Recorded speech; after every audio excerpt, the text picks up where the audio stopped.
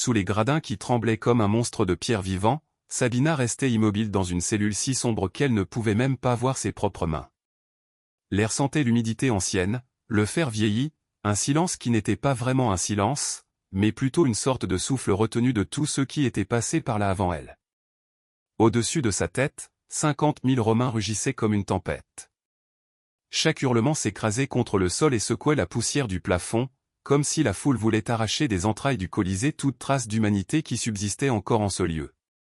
La dernière chose que Sabina avait vue avant d'être traînée de force, c'étaient les corps de ses propres frères tombant sur le sable, transformés en spectacle, en une offrande publique que l'Empire exigeait pour célébrer sa domination. Ce jour-là, Rome n'avait pas seulement vaincu son peuple. Elle lui avait pris quelque chose de plus profond, sa mémoire, sa dignité, sa voix.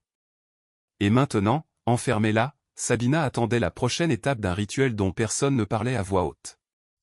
Un rituel si soigneusement passé sous silence que même les sénateurs débattaient de la nécessité de le mentionner dans les registres officiels.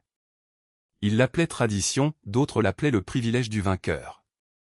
Mais ceux qui l'avaient subi savaient que c'était autre chose, une ombre qui dévorait ceux qui restaient en vie. À la surface, les Romains criaient victoire. Sous terre, la victoire se transformait en autre chose, quelque chose que l'histoire a si souvent dissimulé sous des euphémismes, des métaphores ou de simples omissions. Que se passait-il vraiment quand le sang séchait sur le sable? Que se passait-il quand les applaudissements s'éteignaient et que le public rentrait chez lui satisfait, sans jamais imaginer ce qui se tramait dans les profondeurs de l'amphithéâtre?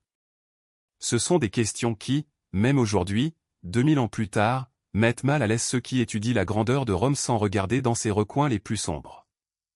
La cellule où Sabina attendait était une blessure ouverte dans la pierre, étroite, sans lumière, avec l'écho lointain de chaînes traînant dans les couloirs. Il n'y avait pas de temps là-bas, seulement une sensation visqueuse d'attente éternelle. À peine âgée de 19 ans, elle comprenait qu'elle n'appartenait plus au monde qu'elle connaissait. Son peuple, les Déons, avait résisté, avait rêvé de liberté, avait célébré ses dieux dans les montagnes. Mais Rome, avec son ordre, sa discipline et sa cruauté revêtue de marbre, avait réduit ses rêves en cendres. Parfois, le silence souterrain était interrompu par un cliquetis métallique, une porte qui s'ouvrait, ou le bruit de pas annonçant l'arrivée d'un destin dont personne ne revenait. Sabina respirait lentement, comme si ne pas perdre la dernière chose qu'elle possédait, sa conscience dépendait de ce geste. Elle ne voulait pas penser à ce que ses yeux verraient quand la porte s'ouvrirait enfin. Elle savait seulement que ce qui l'attendait là-dehors n'était ni miséricorde ni justice, mais juste un autre rouage de la machinerie que Rome avait perfectionnée, une machine qui transformait les corps en trophées, les défaites en rituels, et les vainqueurs en bourreaux involontaires. Et pourtant, dans cette obscurité absolue, Sabina sentait une étincelle qui refusait de mourir. Un petit acte de rébellion silencieuse, rester elle-même, même si l'Empire tentait de l'effacer. Elle ignorait que dans quelques heures, cette étincelle entrerait en collision avec une autre vie tout aussi brisée, celle d'un gladiateur qui avait passé des années à se battre pour survivre et que cette rencontre, aussi insignifiante qu'elle puisse paraître, laisserait une fissure dans le mur implacable de Rome. Le Colisée, vu d'en haut, ressemblait à une couronne érigée pour honorer la gloire éternelle de Rome. Mais vu de l'intérieur depuis les tunnels où Sabina attendait, c'était autre chose, une machine gigantesque, parfaitement conçue pour deux fonctions simultanées et contradictoires. D'une part, pour exhiber la grandeur de l'Empire. D'autre part, pour dévorer lentement tout ce qui tombait à l'intérieur. Chaque couloir, chaque trappe, chaque pièce cachée semblait construit non seulement pour déplacer des animaux et des gladiateurs, mais pour effacer les identités, pour écraser la dignité des vaincus et les renvoyer transformés en spectacle. On disait que l'air de l'arène sentait toujours le métal, la sueur, et un mélange indéfinissable de peur et de résignation. Mais sous terre, là où Sabina et les autres captives étaient traitées, l'odeur était différente. Un arôme froid, discipliné, presque bureaucratique y régnait.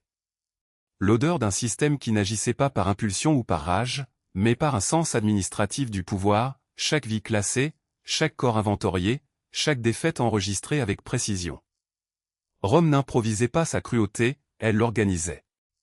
Pendant que Sabina restait enfermée, dans une autre partie du complexe, un homme se préparait à recevoir ce que l'Empire considérait comme les récompenses de l'honneur. Gaius Valerius Maximus, un gladiateur de 32 ans, était devenu une légende au sein de cette machinerie. Ses cicatrices racontaient une biographie muette, elle ne parlait pas de gloire, mais de survie.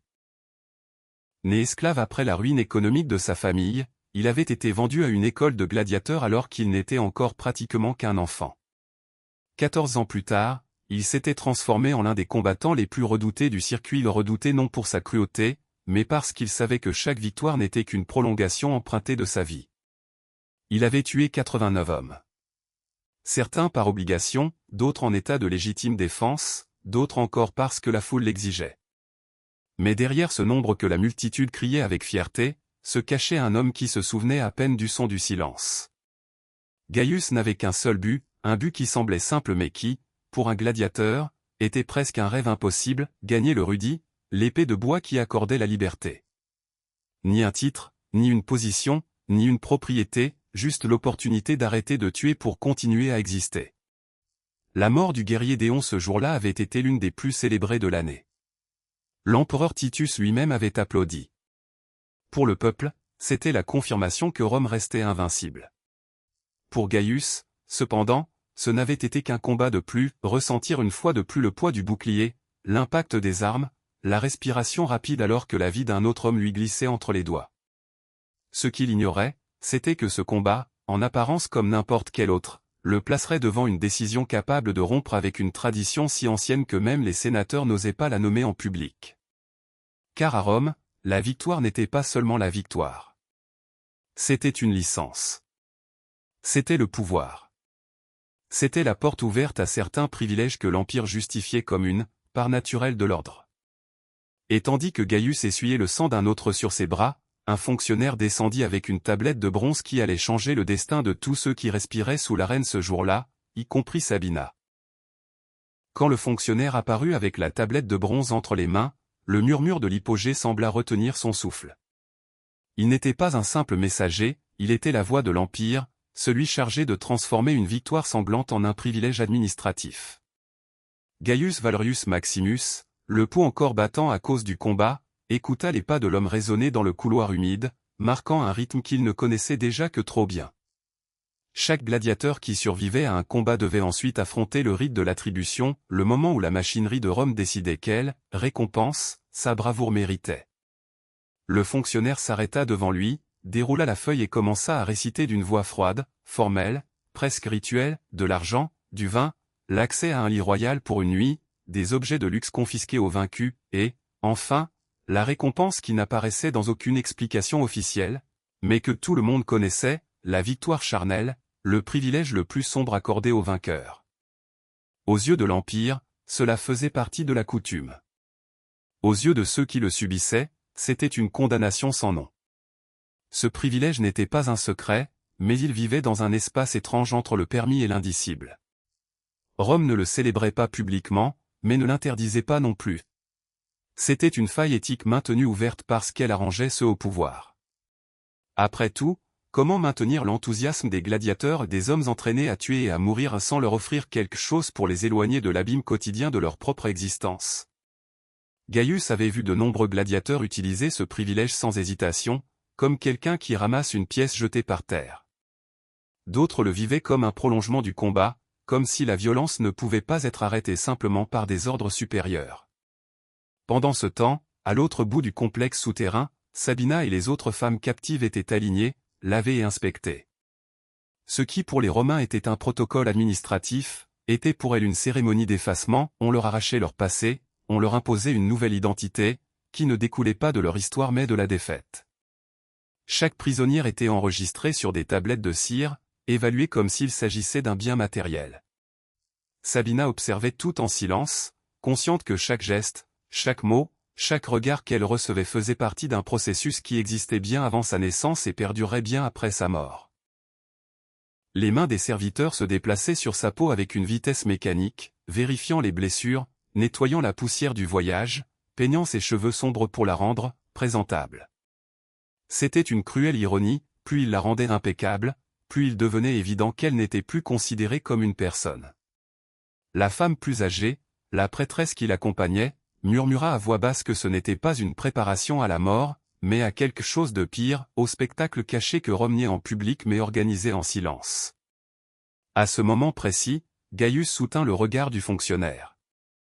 Les mots « choisis ta récompense » résonnèrent dans l'air comme une sentence. Pour lui, la tablette de bronze représentait tout ce que Rome attendait d'un gladiateur, force, obéissance, brutalité. Pour Sabina, cette même tablette représentait la fin de tout espoir. C'était un choc de destin écrit par un empire qui utilisait la victoire comme excuse pour justifier l'injustifiable.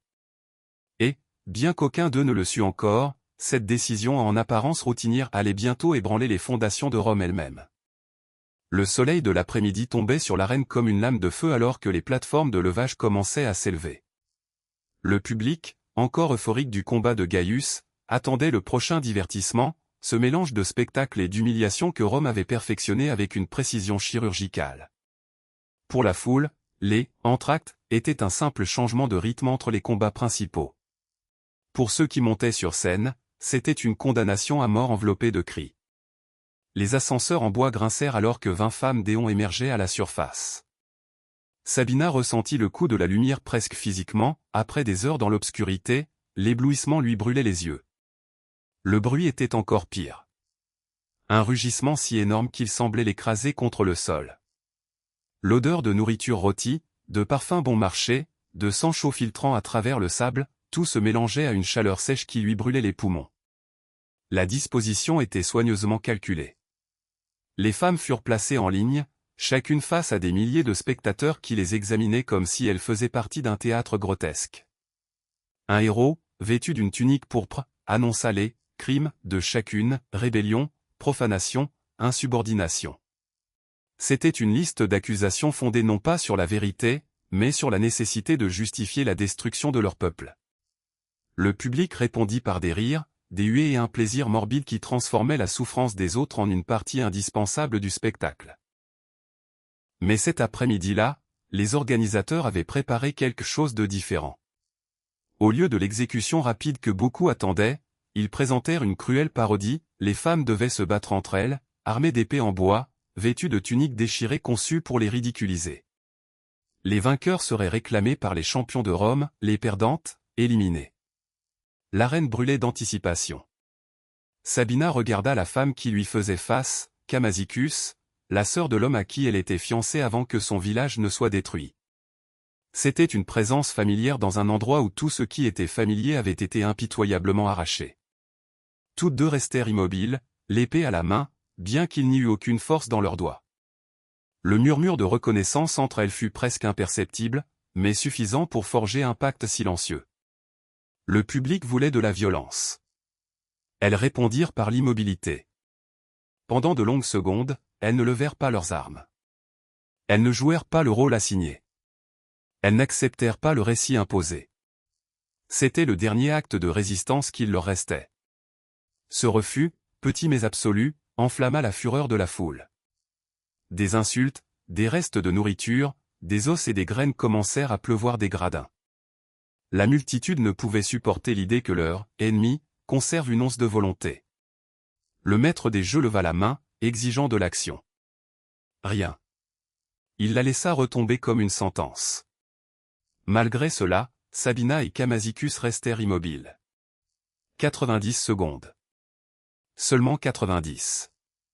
Et dans ce bref laps de temps, deux femmes sans armes, sans bouclier et sans avenir firent trembler l'autorité du plus grand empire du monde. Puis les gardes arrivèrent. Ils firent irruption dans l'arène, leurs ombres se projetant comme des lames sur le sable. Un coup par derrière fit tomber Camazicus. Sabina hurla son nom, laissant tomber l'épée de bois et courant vers elle. Elles n'eurent pas le temps de s'étreindre, les mains des soldats les séparèrent comme s'il s'agissait de bétail. La foule rugit, satisfaite de voir l'éphémère rébellion écrasée.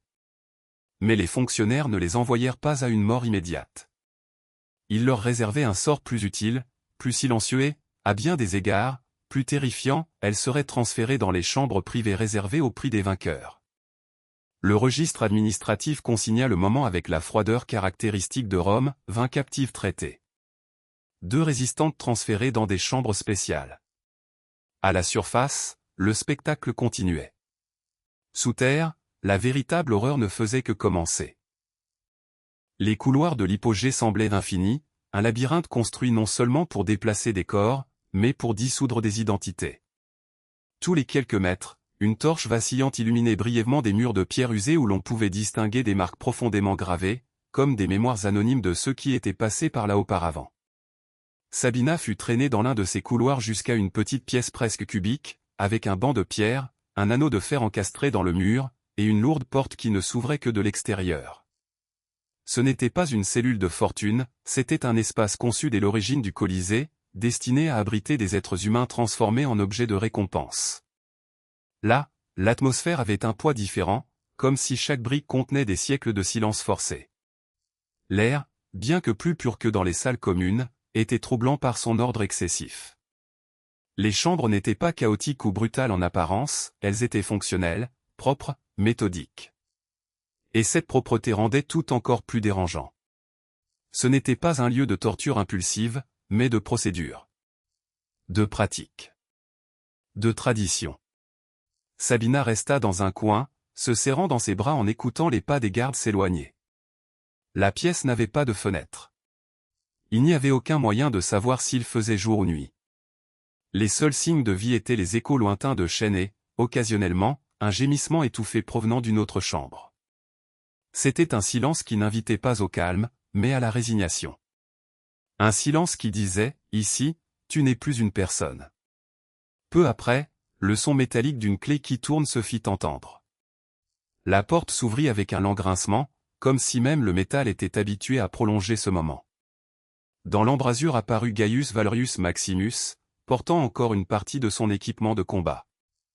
Son torse était taché du sang d'un autre, séché par la chaleur de l'arène. Son ombre remplissait la pièce. Aux yeux de Rome, il était un héros, un symbole de force, de discipline, de domination absolue. Aux yeux de Sabina, il était l'image vivante de l'Empire qui avait détruit tout ce qu'elle aimait. Mais quand leurs regards se croisèrent, quelque chose d'inattendu se produisit. Il n'y avait pas cette lueur d'arrogance que beaucoup de vainqueurs montraient en réclamant leur prix. Il n'y avait pas non plus la froideur mécanique de quelqu'un qui ne fait que suivre les ordres. Au lieu de cela, il y avait un épuisement profond, presque physique, comme si Gaius avait passé des années à porter un poids invisible. Il n'avança pas. Il ne tendit pas la main. Il ne parla pas en latin, comme il était de coutume dans ce genre de rencontres rituelles. Il resta simplement là, immobile, respirant lourdement. Soudain, Gaius retira son casque et le laissa tomber doucement sur le sol. Le métal frappa la pierre avec un son creux et définitif. Puis il appuya son dos contre le mur opposé et s'assit, enfouissant sa tête dans ses mains comme quelqu'un qui ne peut plus supporter son propre passé. Sabina ne bougea pas. Elle ne lui faisait pas confiance. Elle ne faisait confiance à rien de ce qui venait de Rome. Mais elle ne comprenait pas non plus ce à quoi elle assistait. Le silence s'éternisa jusqu'à devenir étrange, presque insupportable. Quand il parla enfin, il le fit dans un déon rudimentaire appris d'autres prisonniers, un mélange haché de mots mal prononcés et de gestes incertains. La première question la prit par surprise, quel était son nom?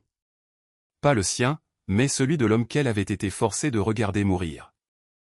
Sabina répondit, tendu. Il continua à poser des questions, comme s'il essayait de reconstituer les fragments d'une histoire que Rome avait réduite en poussière. Pendant 2 heures, dans cette pièce destinée à la déshumanisation, il se passa quelque chose que la machinerie de l'Empire n'avait pas prévu, 2 vies, 2 tragédies, commencèrent à se reconnaître. Ce n'était pas de l'amitié. Ce n'était pas de la pitié.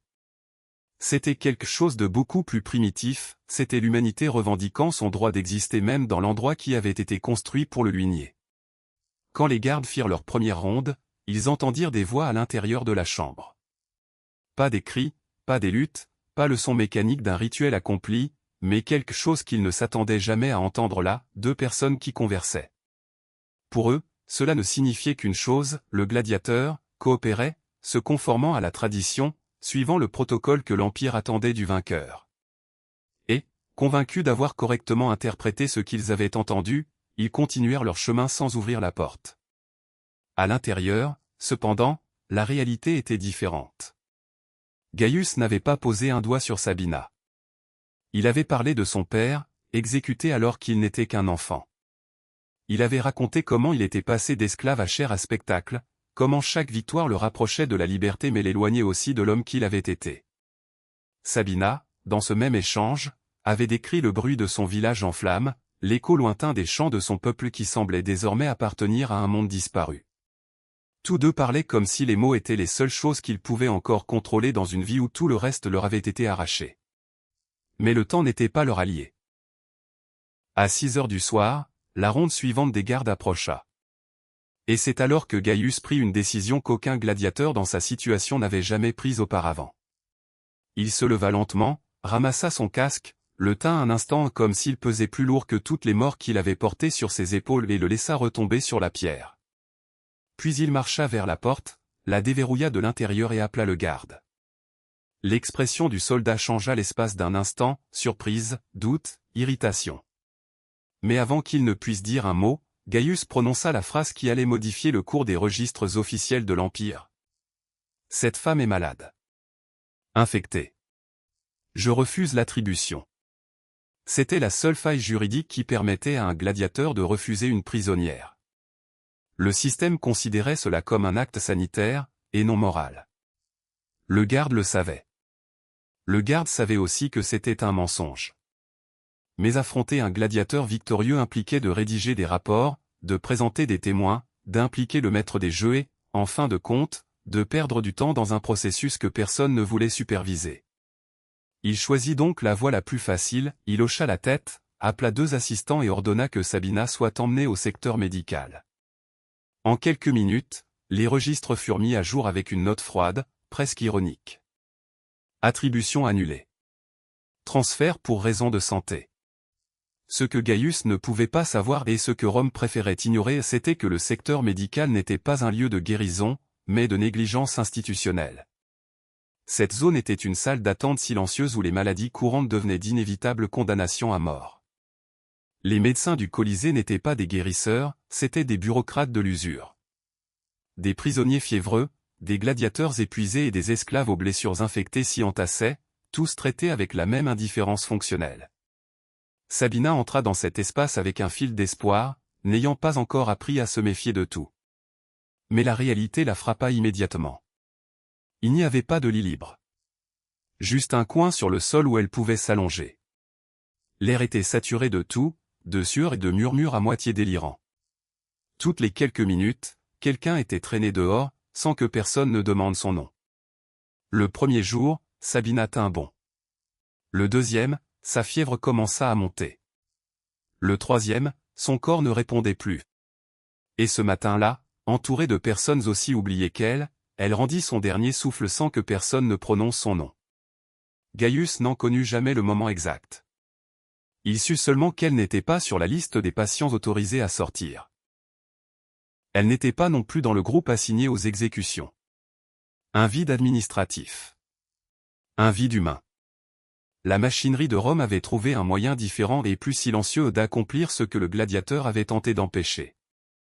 Et pourtant, son acte de rébellion, bien qu'apparemment inutile, avait laissé une fissure dans le système, une fissure qui allait bientôt faire du bruit dans des endroits où Rome n'aurait jamais pensé que quelque chose d'aussi petit puisse atteindre. Le Colisée se remplit à nouveau de cris le lendemain, comme si de rien n'était. Gaius combattit encore 2 fois ce mois-là. Il gagna à chaque fois, et rejeta une fois de plus le privilège le plus célébré par les vainqueurs. Au début, cela ne généra que des rumeurs dans les casernes de gladiateurs, qu'il était devenu faible, qu'une sorcière déon l'avait maudit, qu'il avait été infecté par des idées étrangères sur la compassion. Mais 3 refus consécutifs ne pouvaient plus être cachés sous des murmures. Dans un empire où tout était enregistré, mesuré et supervisé, ce geste minuscule, à peine une phrase prononcée à un garde, commençait à établir un schéma. L'écho de cette anomalie atteignit, de manière inattendue, l'un des endroits les plus redoutés de Rome, le Sénat. Non pas parce que les sénateurs se souciaient de la vie d'une prisonnière inconnue, ni parce qu'ils sympathisaient avec les gladiateurs. Mais à cause de quelque chose de beaucoup plus simple et, en même temps, de plus dangereux pour eux, l'ordre traditionnel avait été perturbé. Et quand une tradition vacillait à Rome, le pouvoir tremblait avec elle. L'élément déclencheur fut presque ridicule. Le neveu d'un sénateur influent, un jeune gladiateur inexpérimenté, refusa d'accepter le prix, après une victoire mineure. Son entraîneur, furieux, le frappa devant plusieurs témoins, affirmant que désobéir à un rite, c'était trahir l'essence même du spectacle. Le garçon, humilié, alla chercher protection auprès de son oncle. Et cet oncle Quintus Aurelius Sempronius n'était pas disposé à laisser passer un affront contre sa famille, aussi petit qu'il pût paraître. Ainsi, une affaire qui jusque-là avait vécu dans l'ombre, cachée derrière des euphémismes, fut portée de force devant l'assemblée la plus puissante de l'Empire. Les registres officiels, soigneusement adoucis, indiquent que le Sénat a débattu de la pertinence de certaines coutumes concernant les prisonnières de guerre. Cette phrase fade dissimule ce qui, selon des sources indirectes, fut une bataille verbale de 4 heures.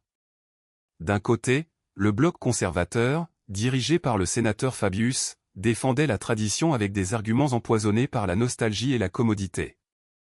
Nos ancêtres dominaient le corps et l'esprit. De là est née la grandeur de Rome. Si nous commençons à adoucir nos coutumes, que restera-t-il de l'Empire?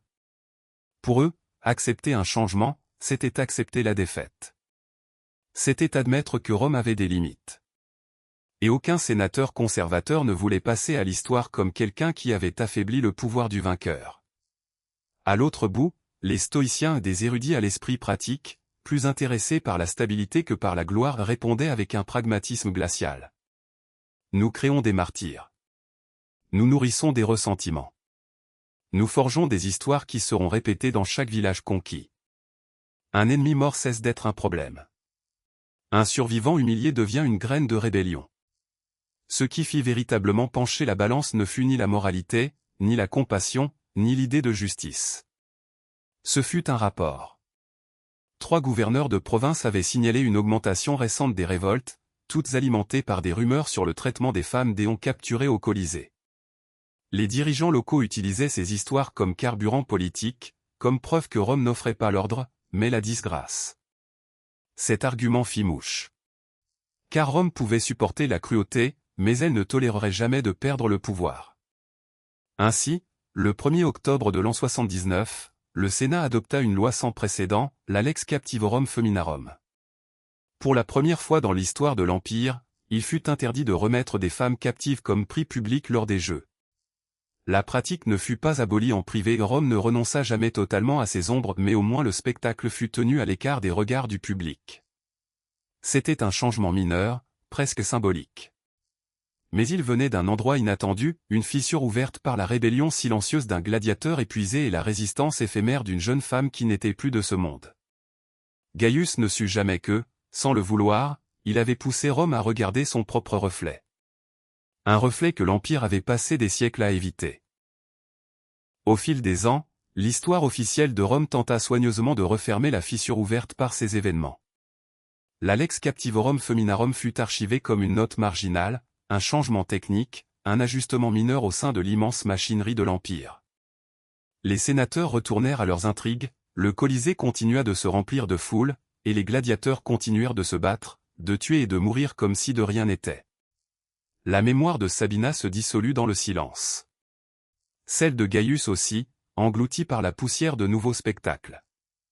Mais les pierres, celles que les empires croient inoffensives, gardent une fidélité que les hommes ne possèdent pas. Et ce furent ces pierres, enfouies sous des siècles de ruines, qui ressuscitèrent finalement l'histoire que Rome avait tenté d'enterrer.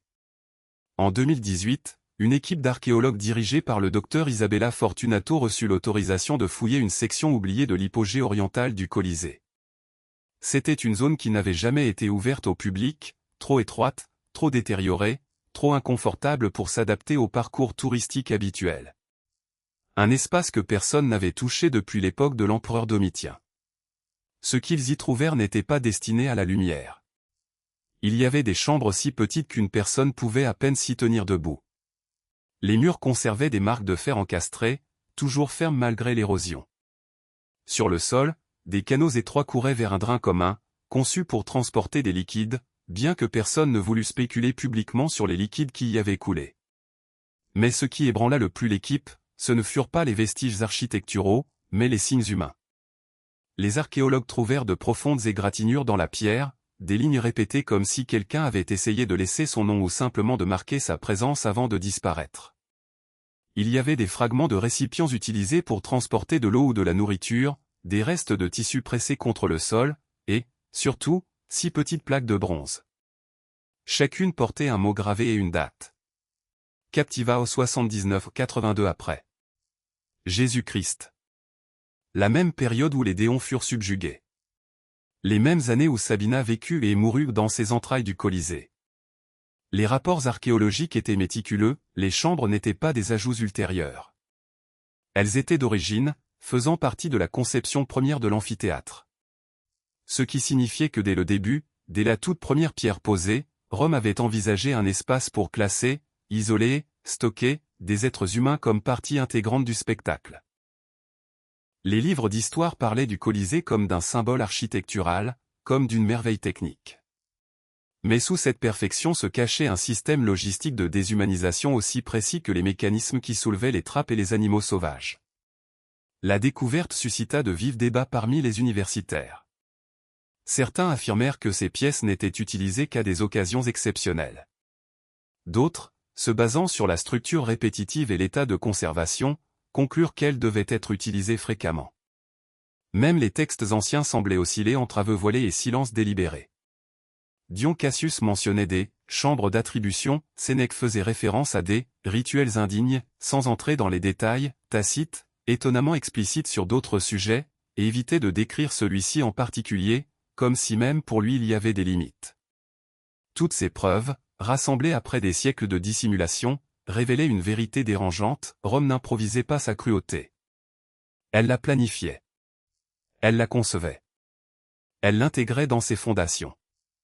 Et tandis que des milliers de touristes se promènent aujourd'hui dans les couloirs supérieurs du Colisée en prenant des photos, célébrant la grandeur de l'Empire, ils ignorent que juste sous leurs pieds existent des pièces où des hommes et des femmes ont été oubliés, où des vies entières se sont effilochées sans laisser d'autres traces que des égratignures dans la pierre et des plaques de bronze aux dates effacées.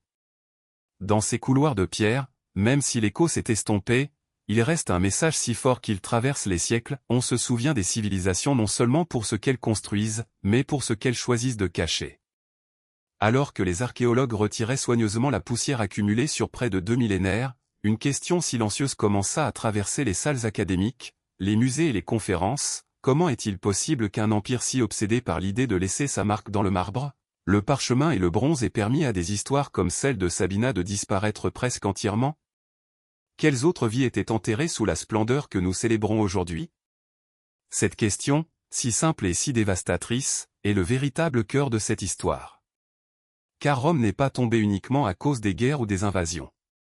Elle est tombée, comme tant de civilisations, bien plus tôt de l'intérieur, quand elle a commencé à confondre spectacle et justice, tradition et vertu, pouvoir et droit. Elle a passé des siècles à raffiner un art dangereux, l'art de normaliser l'inacceptable.